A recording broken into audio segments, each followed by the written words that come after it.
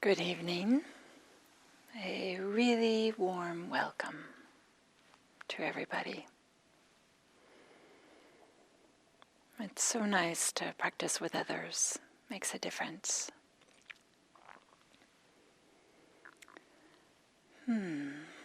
Yeah, so tonight we'll begin with a guided meditation.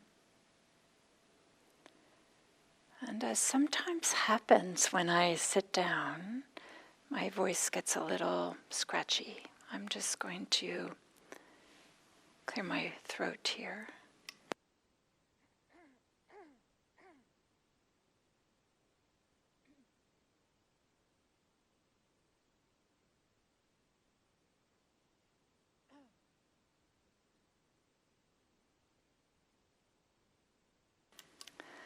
Okay, so hopefully that's better.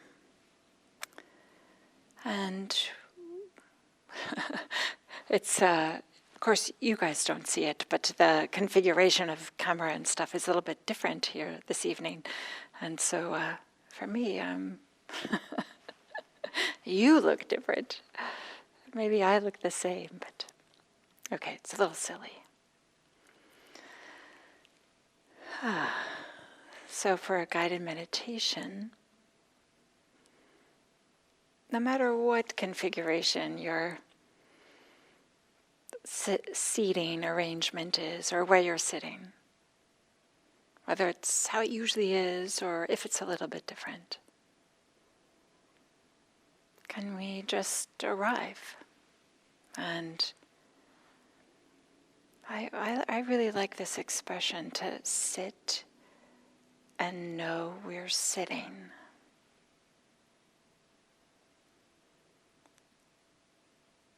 It doesn't take a lot of mindfulness. It doesn't take brute force.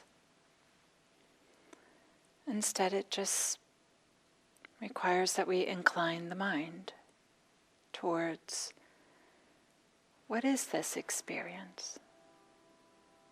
So to sit and know you're sitting.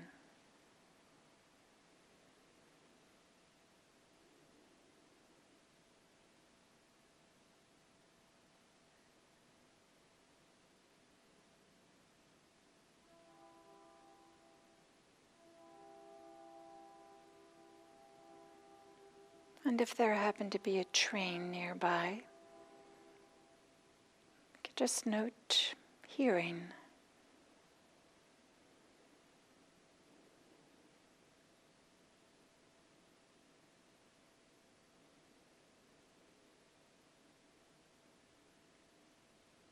And bringing our attention to the sensations in the body. Are there any obvious places that have some tension, some tightness?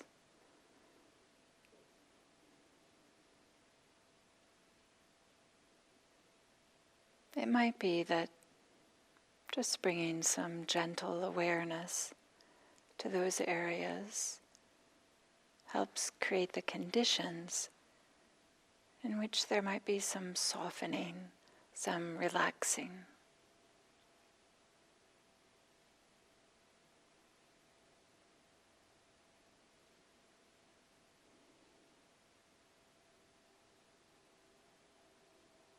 In some ways, it's like different areas of the body just need some attention, some care.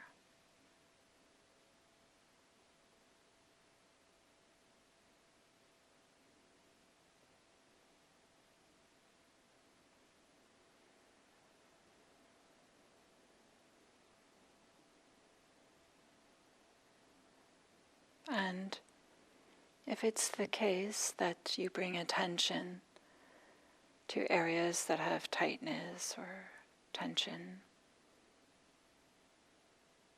then maybe it doesn't soften, doesn't lessen, doesn't go away.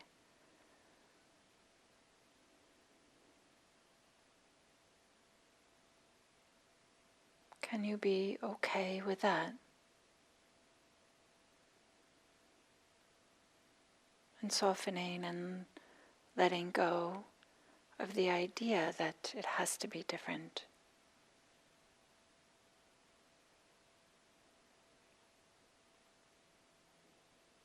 Can there be some ease with there not being ease, with the absence of ease?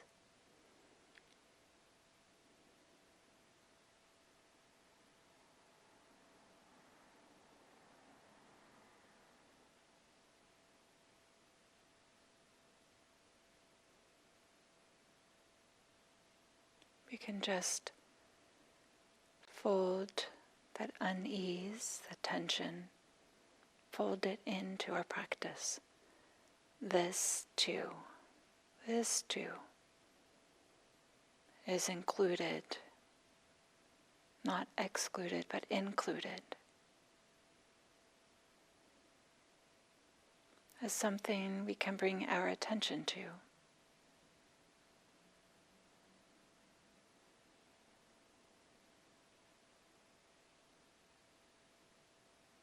In a simple, gentle, relaxed manner.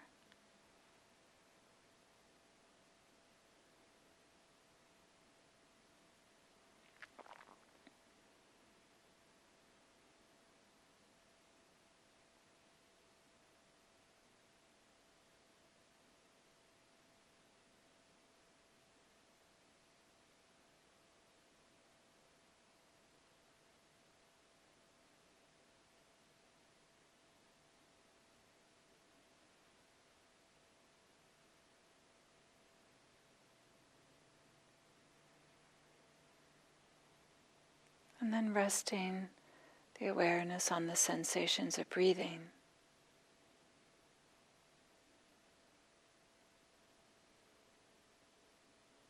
Feeling the movement of the abdomen or the chest, or maybe feeling the air going in and out of the nose.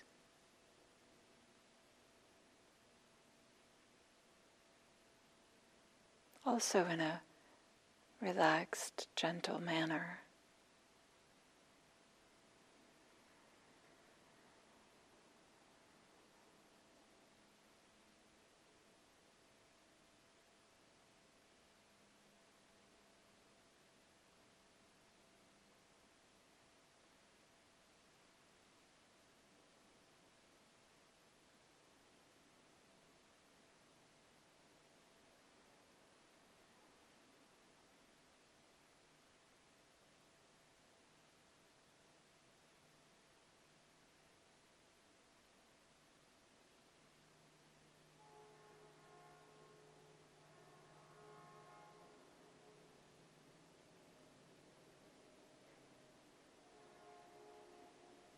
One way to view practice, to consider practice, is that we're letting go of distractions, we're letting go of preoccupations as best we can. And we're using our attention on the sensations of breathing as a support for that letting go.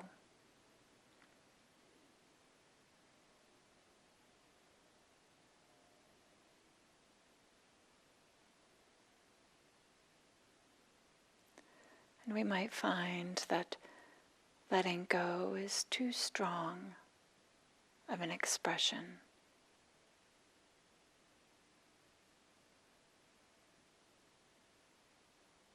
Maybe it's something like relaxing or softening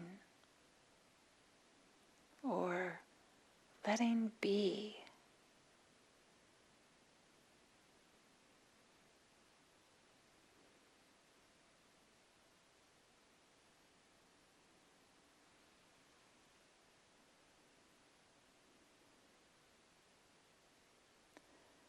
Maybe it's something like allowing,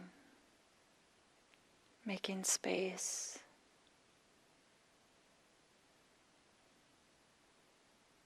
Those kind of movements, the opposite of holding on tighter.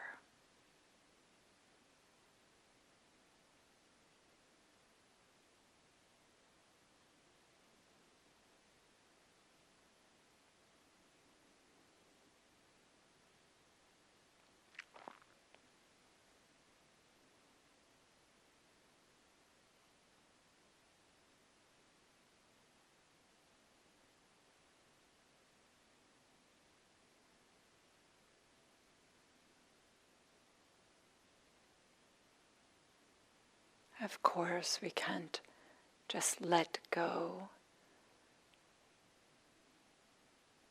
because we hear about it or think about it. But we help create the conditions in which letting go might arise.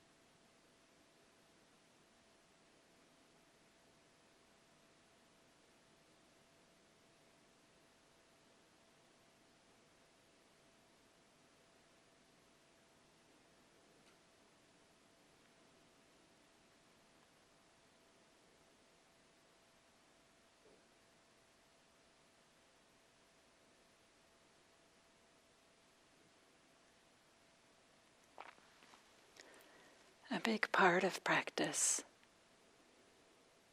maybe even all of practice,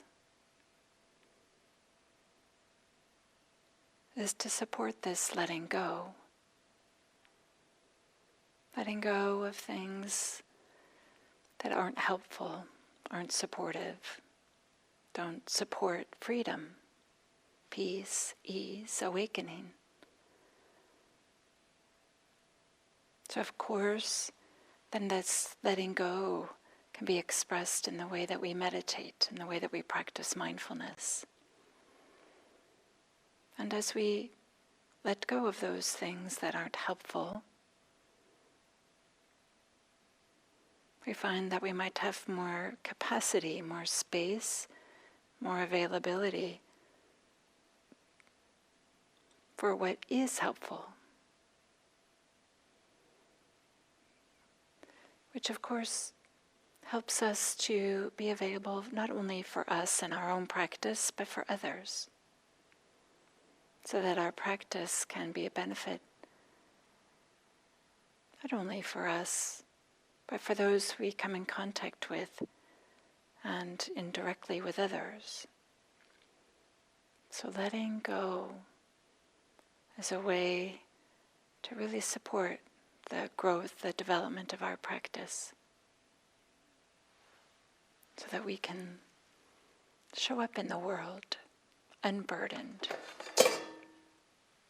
And now I have to find the bell that just fell. And letting go of the idea that the bell has to be in a particular place at a particular time.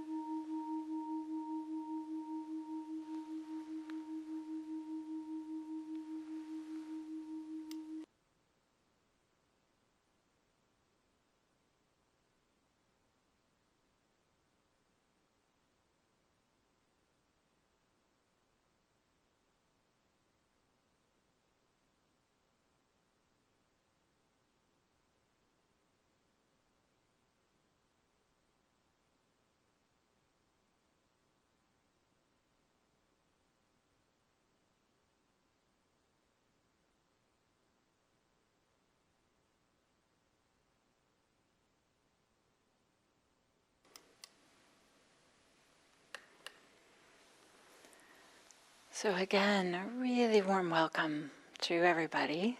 It's a delight to practice with others. And even if I have little mishaps here of the bell falling or whatever it might be, it's all good. It's all good. So today I wanted to talk a little bit about the Five Faculties. And I'm inspired to do this for a few reasons, but one is this quote that we find in the suttas that reads, the Ganges River, this major river in northern India, the Ganges River slants, slopes, and inclines to the east. In the same way, a person developing and cultivating the five faculties slants, slopes, and inclines to nibbana. I like this idea, this use of the river simile. This idea of, rivers of course are natural and they flow one direction. It's not like some days they go one direction and other days another direction, but they always go the same direction. It does, and even though they are always going, in this case, to the east, it doesn't mean that they have the same character all the time. There may be times in which there's rapids, or there might be times in which it's a really slow, languid river that has a soft gurgling sound or something, or sometimes it might be a really loud, roaring rapid. Or there's even like parts of rivers that are eddies, kind of like just going around and around in circles. And rivers also, of course, they are meeting boulders and the river bank, and maybe bridges, of course, too. So all these things that the river like comes into contact with and then finds a way around. You know, sometimes it's beautiful and graceful, and sometimes it's splashing, and I don't know. So I feel really touched by this. The Ganges River slants, slopes, and inclines to the east. In the same way, a person developing and cultivating the 5 faculties slants, slopes, and inclines to awakening Nibbana. So, in the same way, the Buddha's teachings are often follow this progressive path of practice that slants and slopes and inclines a certain way. And it doesn't mean it goes linearly all the time. It doesn't mean that we always go, clearly from step A to step B to step C, of course, right? Sometimes we jump around, or we find ourselves going backwards a little bit, or in a spiral, but still our practice can become stronger and maybe have more depth, even though it might be clearly inclining in this particular way towards Nibbana.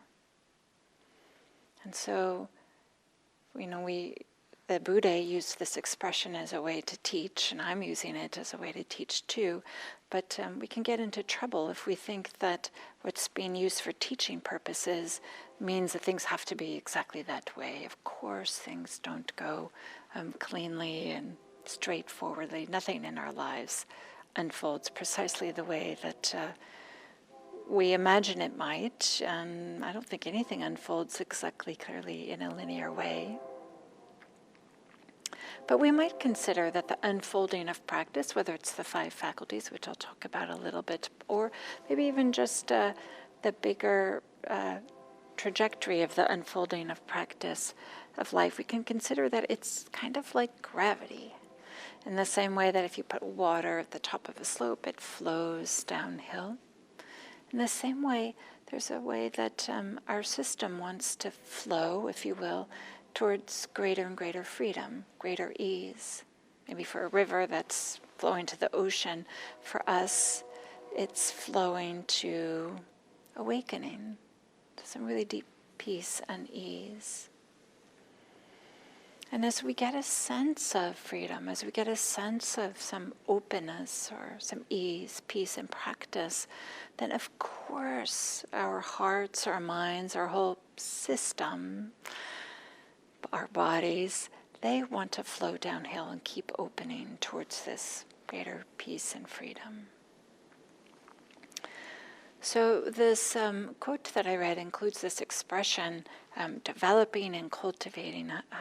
A person developing and cultivating the 5 faculties slants, slopes, and inclines to Nibbana. So what does this mean? Developing and cultivating. One way that I'm thinking about it is it's the opposite of inertia. Kind of inertia, right, is just sitting there without any vitality, without any movement, without any sense of possibility.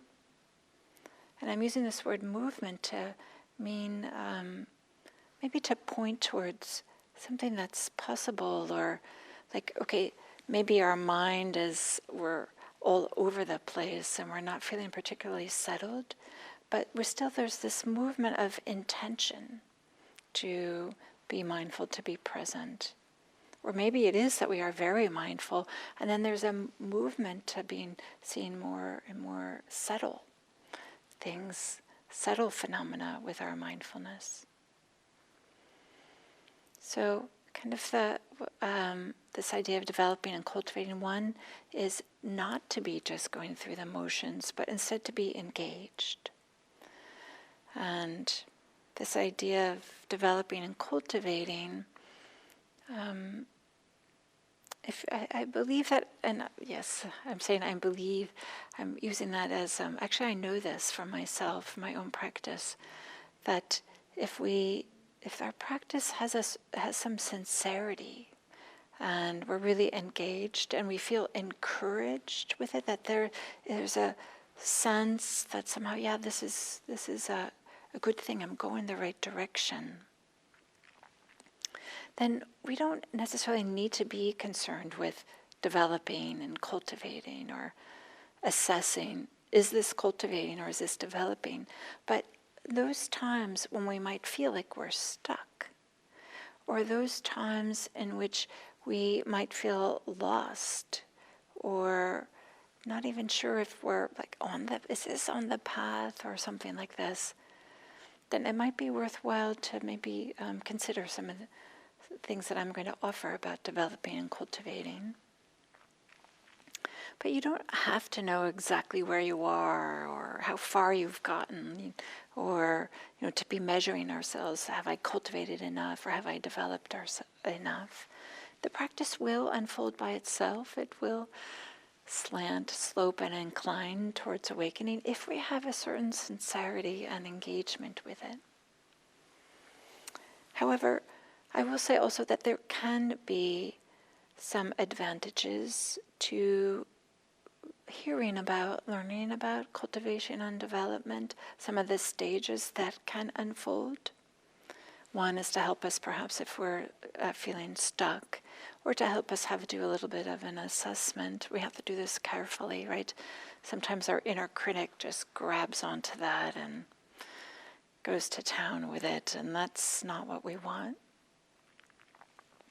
But there are some advantages to identifying where we are in practice and where we are in cultivating or developing. If we understand that there's this movement, so that we can open to what we believe is the next phase, so we can open to it a little more fully. Often what's going to arise next in our practice, we get hints of it. There's a flickering of it, or a intuition of it, a feeling of it, a sense of it, like whatever is going to happen next.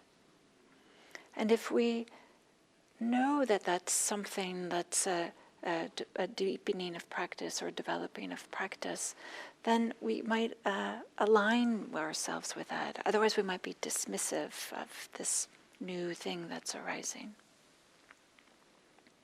But we have to be very careful. We don't want to create the conditions in which we are straining and striving and trying to make something happen, and then pouncing on whatever we think the next thing might be. We certainly don't want to spend a lot of time measuring ourselves, but to be patient and to allow our own practice to slant, slope, and incline towards awakening. So tonight, as I mentioned, I'd like to talk a little bit about developing and cultivating the 5 faculties. But first, maybe I'll say that for me, the 5 faculties, I don't know, they just, like, the sound of them didn't seem quite so interesting. Before I had a real kind of appreciation, like how they really come alive in one's practice. And I have to say now, I don't know, I have a certain love and appreciation for them, that there's tremendous beauty in the way that they come alive and interact. I don't know, I just feel very touched by them. And I use them to help guide my own practice, both in the big picture, my slanting towards more and more freedom, as well as, maybe a moment-to-moment practice. But before I'll say that, I'll say one other thing, is that maybe you're like me, and that the 5 faculties, it just doesn't sound so interesting. So what are they? They are faith, energy, mindfulness, concentration, and wisdom. They sound like a nice thing. There's nothing off-putting about them. And many of the elements are in the Eightfold Path. Faith isn't there, and we don't have exactly wisdom there, but certainly energy, mindfulness, and concentration are in the Eightfold Path, and in that same order. Maybe it's the word faith that's there, but I will, and somehow maybe in my mind also, maybe you're like me, I thought, well, the 7 factors of awakening, right? That somehow seemed more juicy, more exciting. It has the word awakening in it. It has 7. Clearly more is better, right? 7's got to be more than 5. And the 7 factors of awakening has joy and happiness in it. I mean, what's not to like? So I just offer this as the 5 faculties. Now I have this, even though I kind of gave them a short shrift, is that the right expression, earlier in my practice, I've really grown to really appreciate them, and I have this real, I don't know, this real warm spot in my heart for them in some kind of way.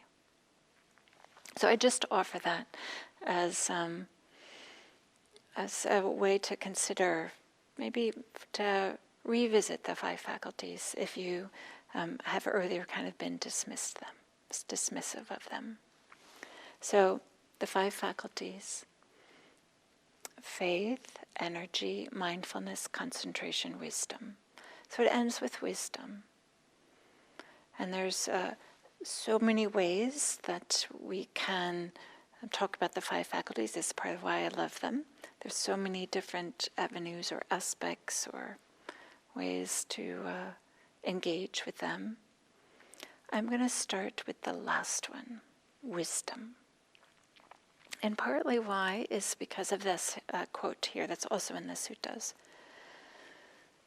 Just as the footprints of all living beings that walk fit into the footprint of the elephant, and the elephant's footprint is declared to be their chief by reason of its size.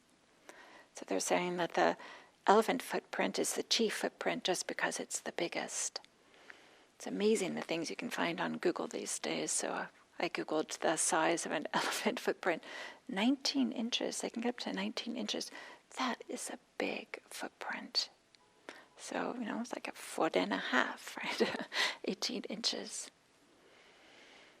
So, just as the footprints of all living beings that walk fit into the footprint of the elephant, and the elephant's footprint is declared to be their chief by reason of its size, so too, among the steps that lead to enlightenment, the faculty of wisdom is declared to be their chief for the attainment of enlightenment.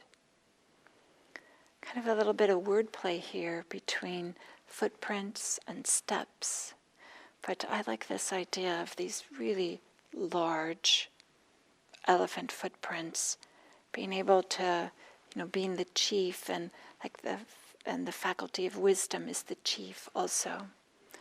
Somehow comparing it to elephant footprints, in my mind, ties us back to ancient India, ties us back to the time of the Buddha, when maybe noticing elephant footprints was something that was an ordinary thing to do.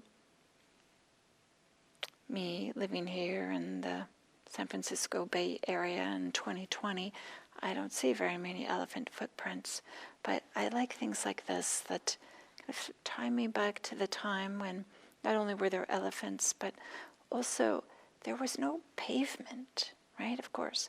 So every time an elephant walked, there was a footprint. So in the same way, maybe every time there's some wisdom, there's some residue. It has an impact. So too among the steps that lead to enlightenment, the faculty of wisdom is declared to be their chief for the attainment of enlightenment. And what are the steps that lead to enlightenment? The faculty of faith, the faculty of energy, the faculty of mindfulness, the faculty of concentration. And it also includes in this the faculty of wisdom is within wisdom. So some way that we might consider then the Five Faculties is as a way to help create wisdom, help to cultivate wisdom, to create the conditions in which wisdom might arise. And in this tradition, wisdom is seen as the gateway to liberation, is the way to greater peace, to awakening, to enlightenment. And wisdom is a faculty that we all have, and it's a number of ways that we can think about it, but one is the faculty to discern or to distinguish, to tell the difference between, in this case, between what's helpful and what's not helpful. Helpful for awakening, helpful for finding greater ease. I'll say a little bit more about that, but I want to point out the course here that wisdom, it doesn't require book learning or doesn't require study. So in that way, we would say it's different than just knowledge.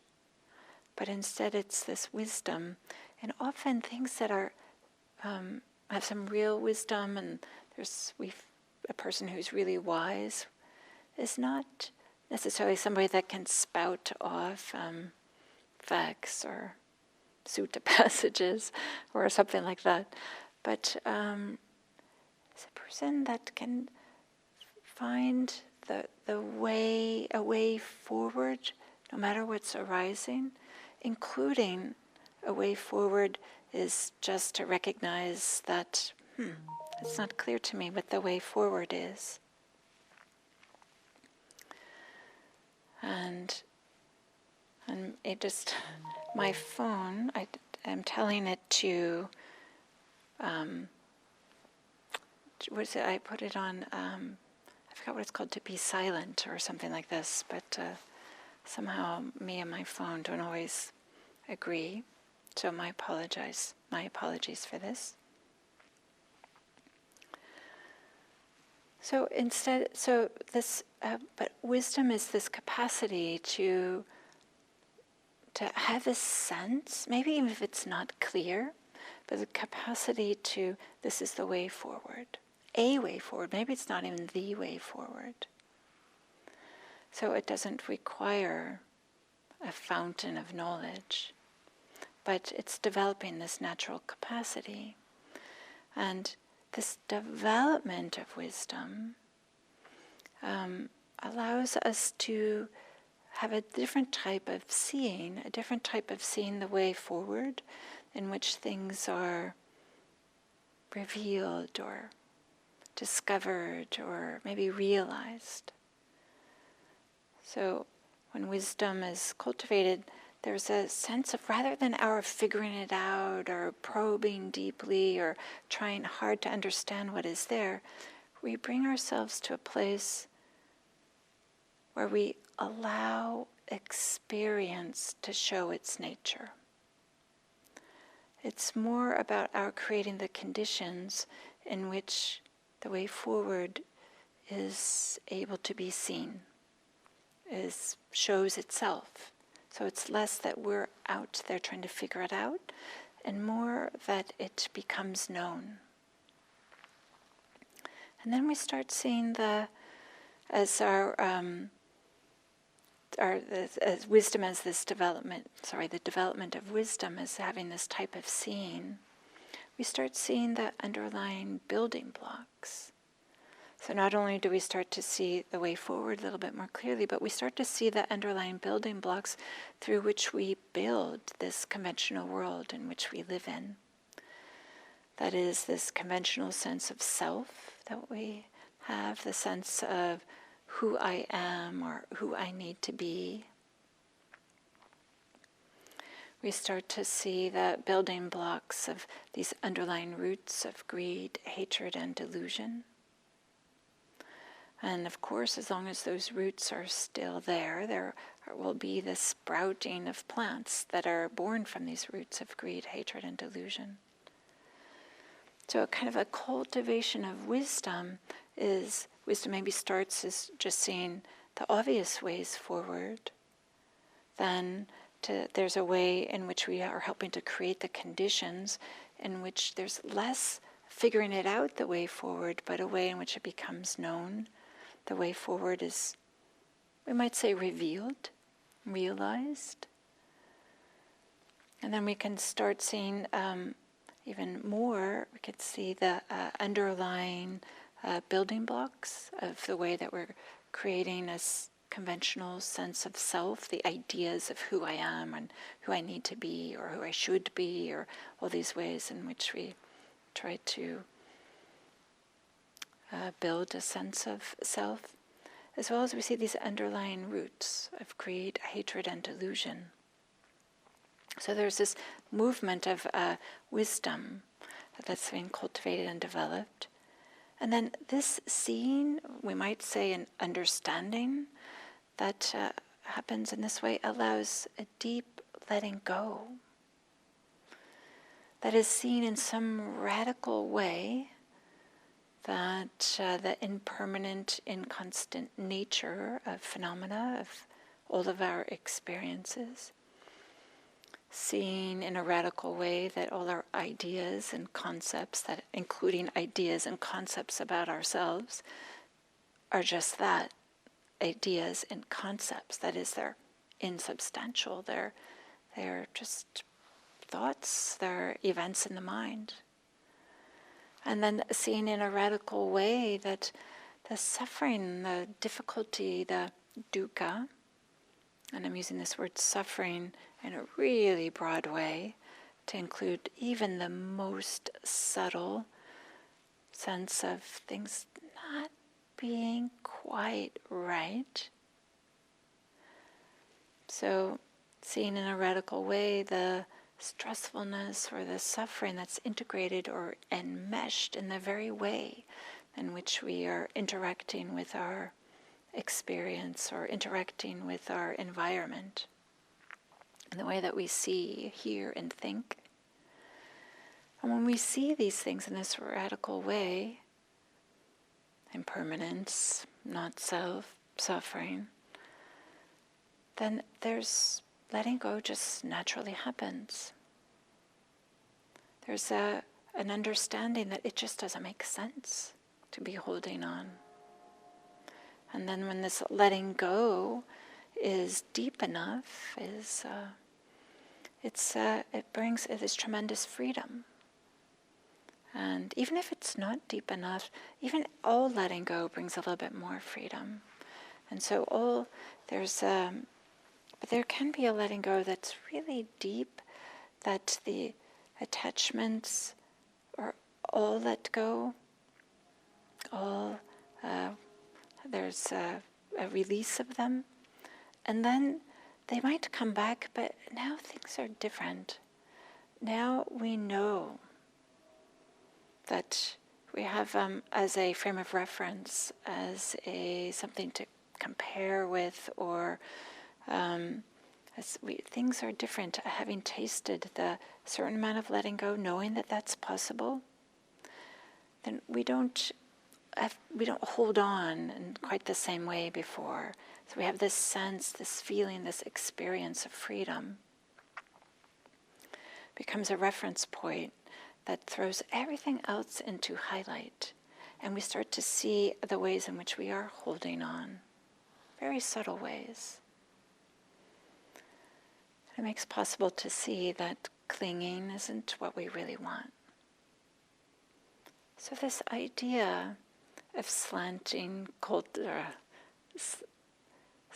sloping, inclining towards awakening, and that the chief of the five faculties is wisdom, and we can see how the cultivation of wisdom starts with just being able to distinguish or discern a way forward.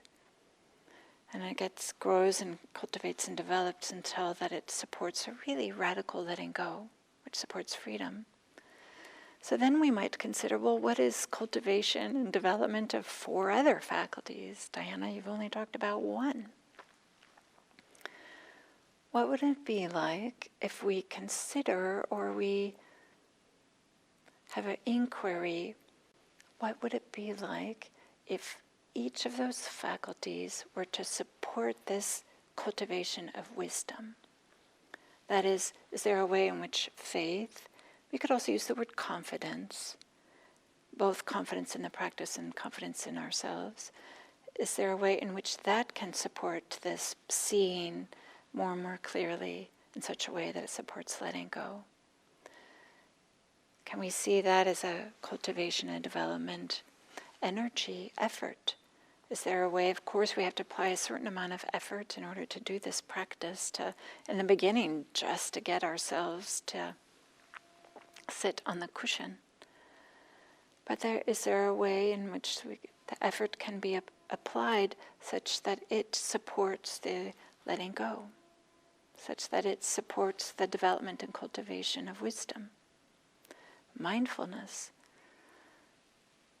In the beginning, mindfulness is just bringing our attention to the present moment and sitting and knowing that we're sitting in some way, right? Just moment, and then maybe again another moment, and then again another moment. But is there a way in which mindfulness can be cultivated such that it supports letting go, such that it supports the development of wisdom and concentration? This gathering together, this getting settled, this non-distraction. Is there a way in that there can be a bit more gathering, a little bit more non-distraction? Not that we have to have a laser focus, but the way that we can feel integrated and maybe combined, all the different aspects of ourselves. And can we consider development of that as a way that moves towards allowing more letting go and more cultivation of wisdom? So that our practice can slant, slope, and incline towards awakening.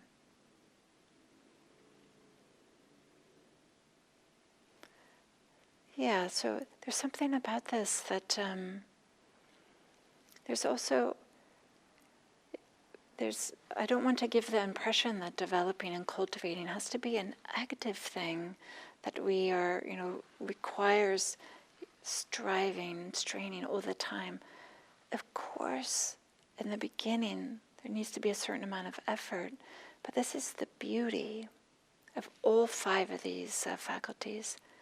Cultivating and developing requires some application, but then there's a way in which it just starts to slant, slope, and incline towards greater freedom. And this is part of the art of practice, is to notice when there needs to be a little bit intentional cultivation and when we can just allow it to flow. So the 5 faculties, maybe I'll, in a subsequent talk, in another talk, develop them a little bit more. But may you find the ways in which you practice whatever way you're practicing that supports some letting go, which supports more freedom, which allows you to have more freedom in your life, but of course also more freedom in the lives of others, so that you can, when you meet them from this place of greater freedom, it helps support them finding greater freedom. Thank you.